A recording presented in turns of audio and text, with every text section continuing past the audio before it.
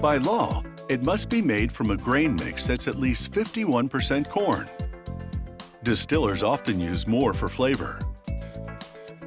Shakers sift out cobs or other foreign material, and the kernels head into a grinder.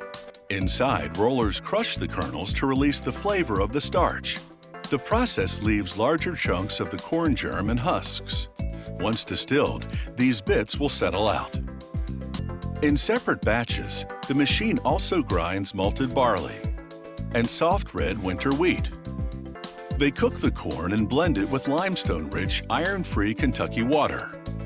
They add the barley, winter wheat, and a bit of mash from a previous batch. Along with a special yeast formulation, the grain mash flows into fermentation tanks made of cypress wood. After 8 to 10 hours, the yeast works its magic, and the mash becomes a bubbling brew. The bubbling is caused by the release of carbon dioxide gas as the grain sugars ferment and become alcohol. After 3 days, it has fermented into a thick liquid they call distiller's beer. They pump it into a column still which boils off the alcohol, leaving water and other substances behind. The alcoholic vapor rises up to be condensed into liquid. After distilling it a second time, the alcohol concentration rises to a strong 130 proof. It's clear with no noticeable color. At this stage, they call it white dog. Once water has been added to dilute the whiskey to 110 proof, an employee takes a sample and sends it to the lab. There, a technician places a test tube of the alcohol into a gas chromatograph tester. It vaporizes the alcohol and then analyzes the flavor compounds and alcohol strength. With approval from the lab, they're ready to barrel the batch. They pump it out of storage tanks and into new oak barrels that have been purposely charred on the inside. Charring caramelizes naturally occurring wood sugars to add sweetness to the alcohol as it ages. It will also turn the clear alcohol an amber color. Once corked with a walnut stopper, the employee rolls the barrel into a multi-tiered warehouse.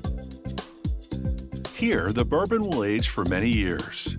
Partway through, they'll move the barrel to another level of the building due to temperature variations. This will make the product more consistent. After 6 to 7 years, they uncork the stopper and insert steel tubes to draw in ambient air. This causes the bourbon to flow freely when tipped, and it gushes into a trough. The alcohol has ripened to a sweet caramel-colored brew. After they add more water to make it 90 proof, it's ready for bottling. Nozzles fill the bottles with bourbon right to the neck. The bottles then circle over to the cap applicators. The applicators spin metal caps, screwing them onto the bottles. The bottles then ride a carousel, and a device picks up and applies the labels. A brush smooths them to the bottles. Down the line, a 2-person team retrieves the bottles and dips the caps in hot wax. The wax quickly dries and solidifies to give the bourbon a better seal.